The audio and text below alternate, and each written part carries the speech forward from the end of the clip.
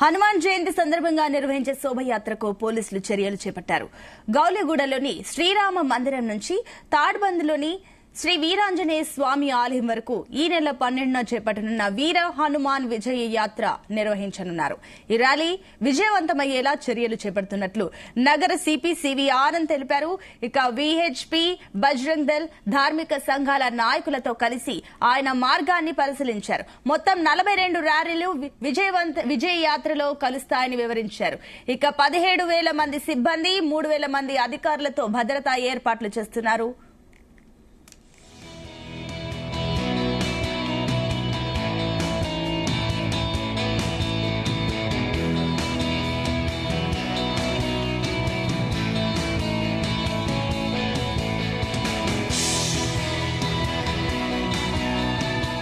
అలాగే హనుమాన్ జయంతి సందర్భంగా శనివారం హైదరాబాద్ లో భారీగా ట్రాఫిక్ ఆంక్షలు విధించారు. యాత్ర చేపట్టే ప్రాంతాల్లో ఆంక్షలు విధిస్తున్నట్లు నగర పోలీస్ కమిషనర్ సివి ఆనంద్ తెలిపారు. దీంతో వాహనదారులు ప్రత్యామ్నాయ మార్గాలలో ప్రయాణించాలని సూచించారు.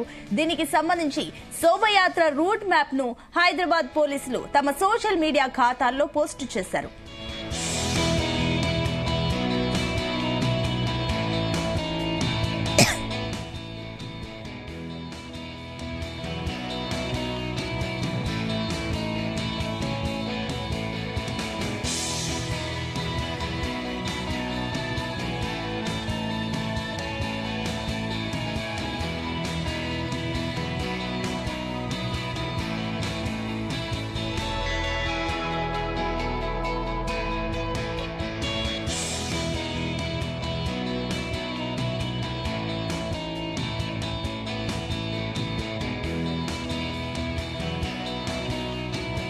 ఏప్రిల్ 12వ తేదీ హనుమాన్ విజయ యాత్ర జరగబోతుంది.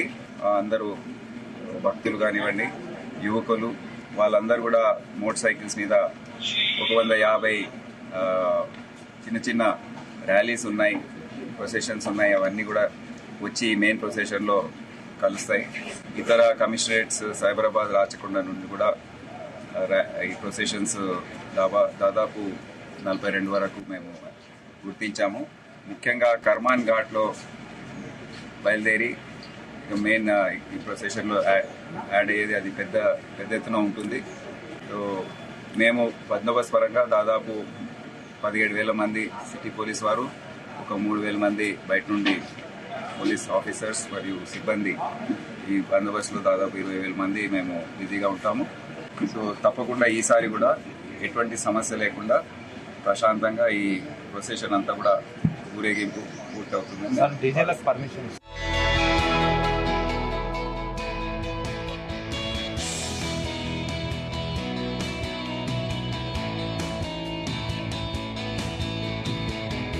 బయటికి ఇదే అంశానికి సంబంధించి మరిన్ని డీటెయిల్స్ మా క్రైమ్ బ్యూరో చీఫ్ రవితేజ అందిస్తారు. రవితేజ, ఈ నెల 12వ తేదీన నగరంలో 2వ ర్యాలీ చేపట్టబోతా ఉన్నారు హిందూ సంఘాలు.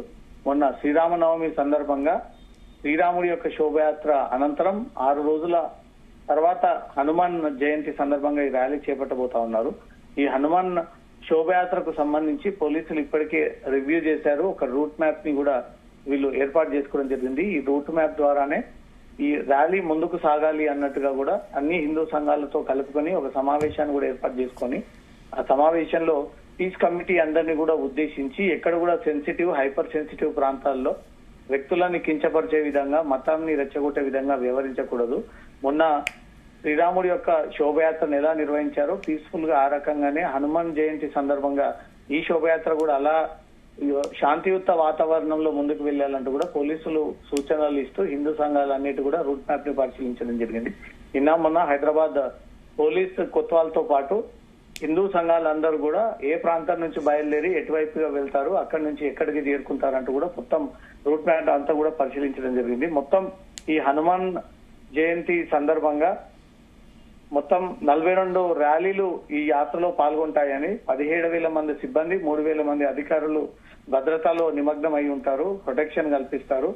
ఈ 42 ర్యాలీలకు సంబంధించి ఎక్కడ కూడా ఎలాంటి ఆటంకం జరగకుండా ఎవరు వాళ్ళు సమన్వయంగా ముందుగా పీస్ఫుల్ గా సాగాలి. ఎక్కడ కూడా ట్రాఫిక్ అంతరాయం కలిగించకుండా ముఖ్యంగా ఇతర ప్రార్థనల మందిరాల వద్ద హంగామా క్రియేట్ చేయకుండా, అక్కడ న్యూసెన్స్ క్రియేట్ చేయకుండా తగిన జాగ్రత్తలు తీసుకోవాలంటూ కూడా హనుమాన్ జయంతి సందర్భంగా చేపట్టబోయేటువంటి ర్యాలీకి సంబంధించి పోలీసులు పలు సూచనలు సలహాలు కూడా ఇచ్చినట్టుగా తెలుస్తుంది. ఈ ర్యాలీలో విహెచ్పి, బజరంగ్ దళ్, ధార్మిక సంఘాలందరూ కూడా పార్టిసిపేట్ అయ్యి గౌలీగూడ హనుమాన్ మందిర్ నుంచి మొదలుకొని తాడ్బండ్ హనుమాన్ గుడి వరకు ఈ ర్యాలీ సాగనుంది. సుమారు 6-7 కిలోమీటర్ల పాటు సాగేటువంటి ఈ ర్యాలీ తీవ్ర ట్రాఫిక్ అంతరాయాన్ని ఏర్పాటు చేసేటువంటి అవకాశం ఉంటుంది. గౌలీగూడ చమాన్ నుంచి మొదలుకొని ఇక్కడ ఉస్మానియా మెడికల్ కాలేజ్ ముందు నుంచి ఆంధ్ర బ్యాంక్ స్ట్రీట్ మధ్యలో నుంచి ఇసామియా బజార్ మీదుగా ఇది తిరిగి సికింద్రాబాద్ ని టచ్ చేసుకుంటూ వెళ్లేటువంటి ప్రధాన రహదారి కాబట్టి ఈ రహదారి పొడవున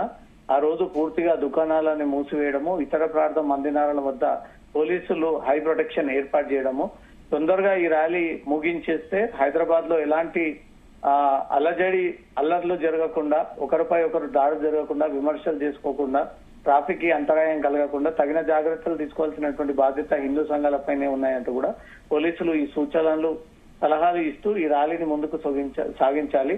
మొన్న శ్రీరామనవమి శోభయాత్ర ఎలా సాగిందో ఇప్పుడు హనుమాన్ జయంతి సందర్భంగా కూడా హనుమాన్ శోభయాత్ర కూడా అలానే సాగాలి, అలానే ముందుకు వెళ్ళాలి.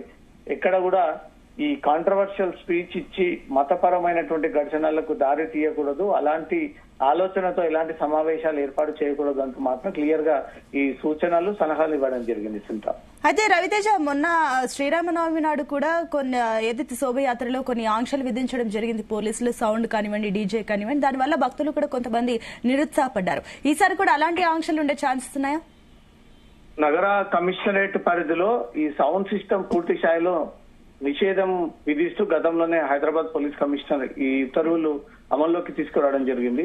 ఎక్కడ ఏ ఈవెంట్ లో అయినా సరే మతపరమైనటువంటి ఈవెంట్స్ కానీ, పొలిటికల్ ఈవెంట్స్ కానీ, ఇంట్లో జరుగుతున్నటువంటి ఫంక్షన్స్ కానీ హెవీ సౌండ్స్ తో డీజేలు ఎక్కడ కూడా ఆపరేట్ చేయకూడదు. దీని కారణంగా పేషెంట్స్ చాలా ప్రమాద స్థాయికి వెళ్లేటువంటి అవకాశం ఉంటుంది, న్యూసెన్స్ క్రియేట్ అవుతుంది, శబ్ద కాలుష్యం కూడా పెరిగేటువంటి అవకాశం ఉంటుంది. కాబట్టి వాటిని ఎట్టి పరిస్థితుల్లో ఎంకరేజ్ చేయకండి అంటూ మాత్రం పోలీస్ శాఖకు ఆదేశాలు జారీ చేయడం జరిగింది. మొన్న శ్రీరాముడి యొక్క శోభయాత్ర సందర్భంగా కూడా సౌండ్ ఏర్పాటు చేయకూడదు అంటూ కూడా పోలీసులు గట్టిగానే సూచించారు. కానీ ఏళ్ల తరబడి సెంటిమెంట్ తో ర్యాలీ కాబట్టి అది డీజే సౌండ్స్ తో ఉంటేనే యువకులంతా కూడా సాటిస్ఫైడ్ గా ముందుకు సాగుతారు, డీజే లేకపోతే భక్తులంతా కూడా ఆగ్రహానికి గురవుతారనే విషయాన్ని తెలుసుకున్న తర్వాత డీజే ఏర్పాటు నేతృత్వంలోనే ఆ శోభయాత్ర ముందుకు సాగింది. ఇప్పుడు హనుమాన్ జయంతి సందర్భంగా కూడా పోలీసులు ఈ ఆంక్షల్ని అమల్లోకి తీసుకొచ్చి ఎట్టి పరిస్థితుల్లో ఈ సౌండ్ ని అరేంజ్ చేయకుండానే భక్తి శ్రద్ధలతో ముందుకు వెళ్ళాలి, భజనలతో ముందుకు వెళ్ళాలంటూ మాత్రం పోలీసులు సూచిస్తా ఉంటారు. కానీ ఇక్కడ విశ్వ హిందూ పరిషత్, బజరంగ్ దళ్, మిగతా హిందూ సంఘాలు మాత్రం అవేవి కూడా అంగీకరించకుండా ప్రతి ఏటా ఏ రకంగా ముందుకు సాగిస్తారో ఈసారి కూడా అలాగే డీజే సౌండ్ పెట్టి ఆ డీజే సౌండ్ నేతృత్వంలోనే ఇక్కడ నుంచి కూడా తాడ్బండ్ వరకు కూడా ర్యాలీగా బయలుదేరేటువంటి అవకాశాలు కనబడతా ఉన్నాయి. ఈసారి ఈ నెల 12వ తేదీన ఏం జరగబోతా ఉంది సౌండ్ సిస్టమ్ విషయంలో, డ్రోన్ విషయంలో అనే దానిపై మాత్రం అప్పుడు 12వ తేదీ నాడు ఒక క్లారిటీ వచ్చేటువంటి ఛాన్స్ ఉంది. Sunitha. Right Ravi Teja, thank you.